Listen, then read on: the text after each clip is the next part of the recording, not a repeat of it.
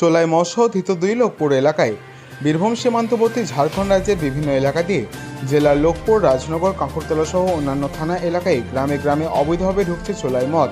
সেগুলো কখনো পাইকারি হারে তো কখনো খোলা বাজারে খুচরোভাবে বেধাক্কা বিক্রি করছেন এক শ্রেণীর অবৈধ চোলাই মদ ব্যবসাকারীরা, যার পরিপ্রেক্ষিতে এলাকায় মাতালের সংখ্যা যেমন বাড়ছে তার পাশাপাশি আর্থিক অনটনের সাথে পারিবারিক অশান্তি দিন দিন বাড়ছে।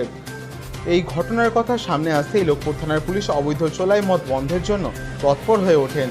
সেইরূপ গোপন সূত্রে খবর পেয়ে লোকপুর থানার পুলিশ শনিবার সন্ধ্যা নাগাদ রূপসপুর পঞ্চায়েত এলাকায় বারাবন জঙ্গল মোড়ের নাকা চেকিং পয়েন্ট সংলগ্ন এলাকায় 2 ব্যক্তিকে গাড়ি ধরার উদ্দেশ্যে দাঁড়িয়ে থাকতে দেখে পুলিশের সন্দেহ জাগে। সেই ক্ষেত্রে জিজ্ঞাসাবাদ এবং তল্লাশি অভিযান চালিয়ে তাদের কাছ থেকে থাকা 20 লিটার করে 2 জ্যারিকানের মধ্যে 40 লিটার অবৈধ চোলাই মদ বাজেয়াপ্ত করেন। 40 লিটার চোলাই মদ বাজেয়াপ্ত করার পাশাপাশি 2 জনকে আটক করেন এবং থানায় নিয়ে আসেন। পুলিশ সূত্রে জানা যায়, ধৃতদের মধ্যে একজন দুবরাজপুর থানার অন্তর্গত কৃষ্ণনগরের সুজিত বাউরি এবং অপরজন স্থানীয় থানার অন্তর্গত শিবপুর গ্রামের রঞ্জিত মণ্ডল। রবিবার ধৃতদের দুবরাজপুর আদালতে পাঠানো হয় লোকপুর থানার পুলিশের পক্ষ থেকে।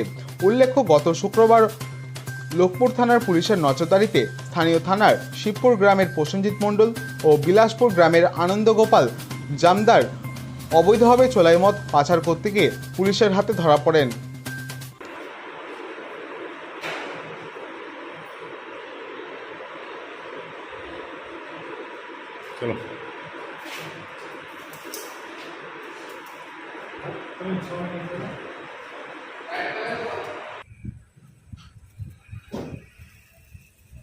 লোকপুর থেকে শেখ রিয়াজ উদ্দিনের রিপোর্ট, বীরভূমি বার্তা।